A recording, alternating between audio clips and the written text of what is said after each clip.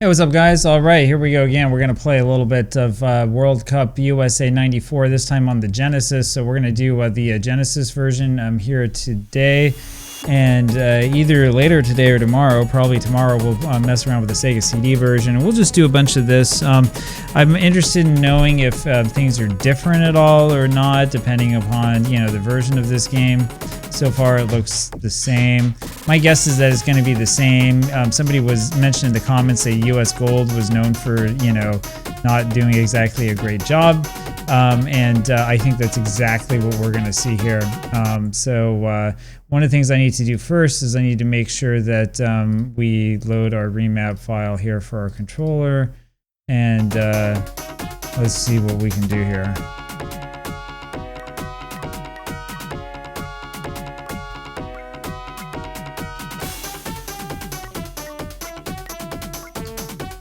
Okay, so you select it first, and then you go to the center screen to do whatever.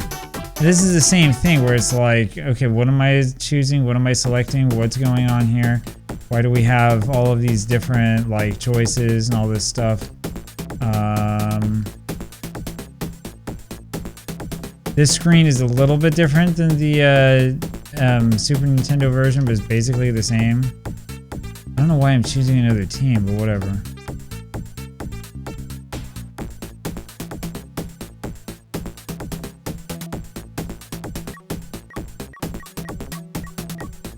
Okay.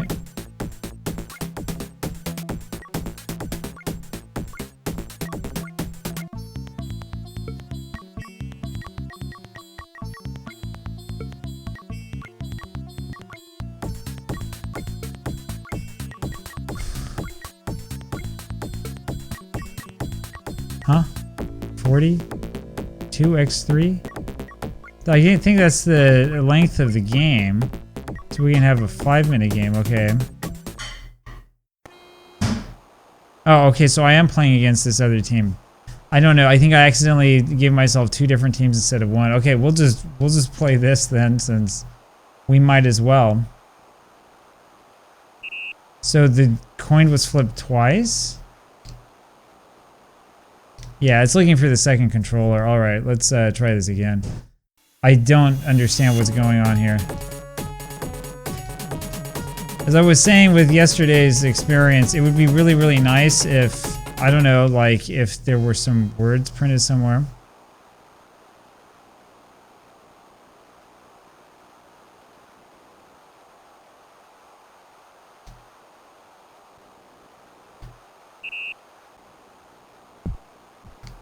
Oh, okay, so I am controlling this time, so I didn't have to change any settings, even though I reset the console, which I think is a pretty common thing for the Sega Genesis.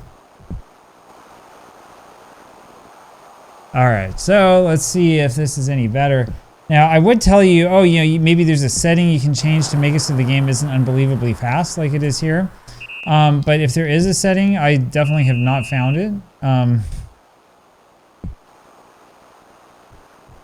That's the problem when you have a system in a game that doesn't have any actual words in the menu.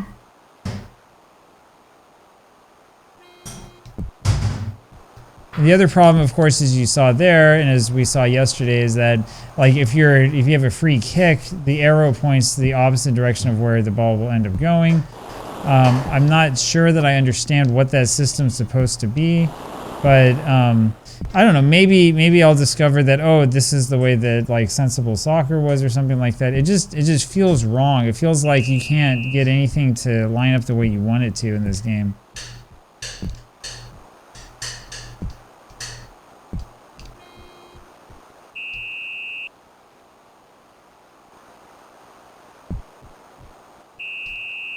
And I can't tell you how many times I look at these free kicks and I'm like, the computer keeps kicking them backwards. Like, why?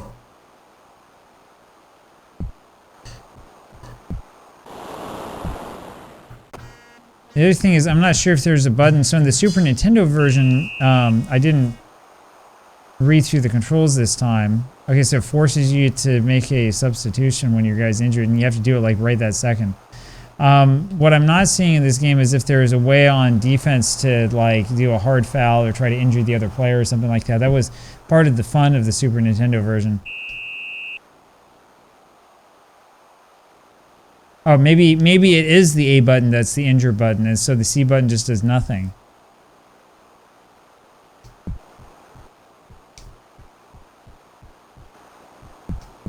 Oh no, C button changes. Okay, so the C button changes your player. The B button does that sort of like lurch forward tackle. I guess that's the normal one.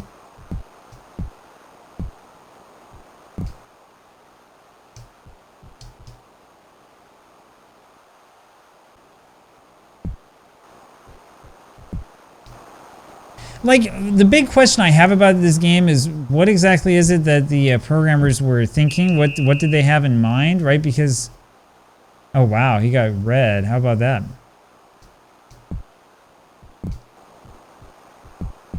Because, like, at some point in time, somebody had to, you know, do, like, a playthrough of this game, right? At some point in time, they looked at this end product and they said, okay, this is pretty good, like, we'll sell copies or kids will play this or whatever. I mean, it just feels so cheap, you know? And like I said in the other video, if you play like I think it's Kickoff for the NES, it's the same type of feeling where you're just like, this game it just feels cheap. It feels awful.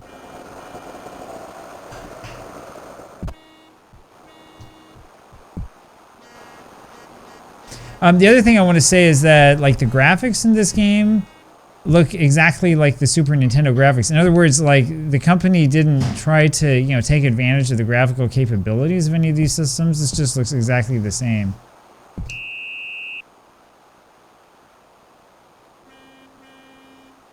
Anyway, the nice thing about this game is that it's over pretty quickly. So, you know, you play it for like a couple minutes and then you're in and you're out. The bad thing about this game is that if you play it, you're actually playing this game. And you don't want to do that.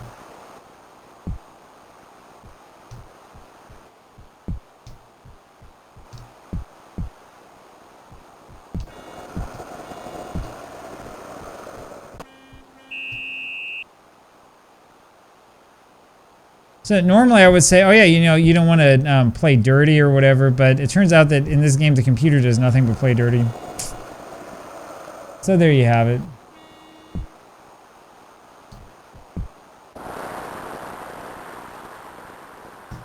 And it doesn't matter that you can't control your keeper because, like, even if you could, there's nothing you could do there to stop it. The ball just sort of, like, flies at you, and there would be no way for you to, like, ever even possibly have the ability to stop it.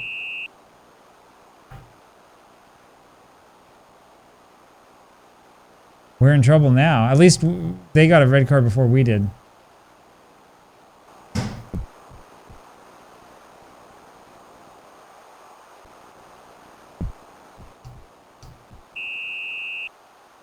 I don't know. I have a hard time when I see this. I have a hard time believing that, you know, like any kids who were playing this game and, you know, when it came out in, I think, 94, I'm having a hard time believing that any kids like played this game and were like, oh, this is a great game. This is a lot of fun. I'm happy that I bought this game.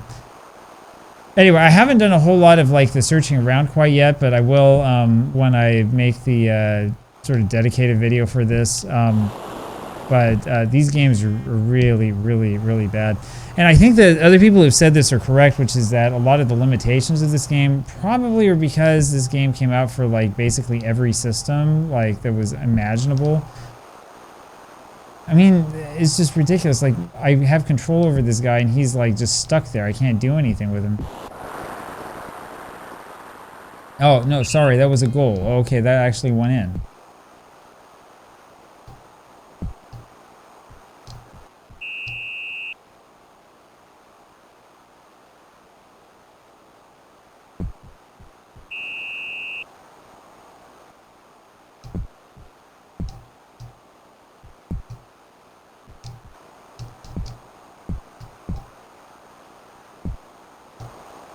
Anyway, yeah.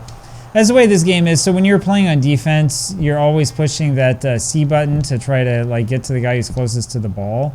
The problem is that the C button is not something you will naturally push because it does absolutely nothing on offense. And it's kind of hard to figure out where to shoot from because you can't see anything in front of you. You get called for fouls when you clearly didn't touch the guy. You can go back and watch a replay of that. I was actually quite a ways away from the player who was fouled.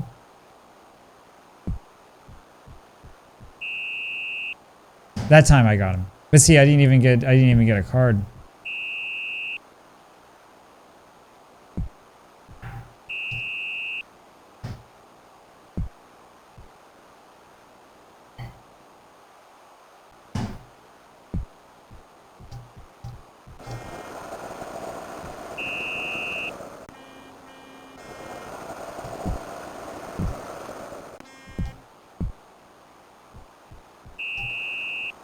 Anyway, so this is another one of those games where your guys just basically stand around waiting for you to do stuff. It reminds me a lot of Double Dribble Playoff Edition on the Genesis, which is a game where your guys on defense, a basketball game, your guys on defense will end up doing basically nothing. We had 47% of possession, 0 shots on goal, 0 corners, 0 throws, 10 free kicks, so we got that. That was an ugly, ugly match. Anyway, so there you have it. Not too much more to say about that, and I have a feeling that the other versions are going to be the same. We're going to look at the Sega CD one next. I might look at 1 or 2 of the handheld ones. There's a whole bunch of these to sort of like look at and see if anything's different. I'm hoping that we finally find a version of this that's, you know, like playable, but I don't have my hopes up for that. Talk to you guys later. Bye.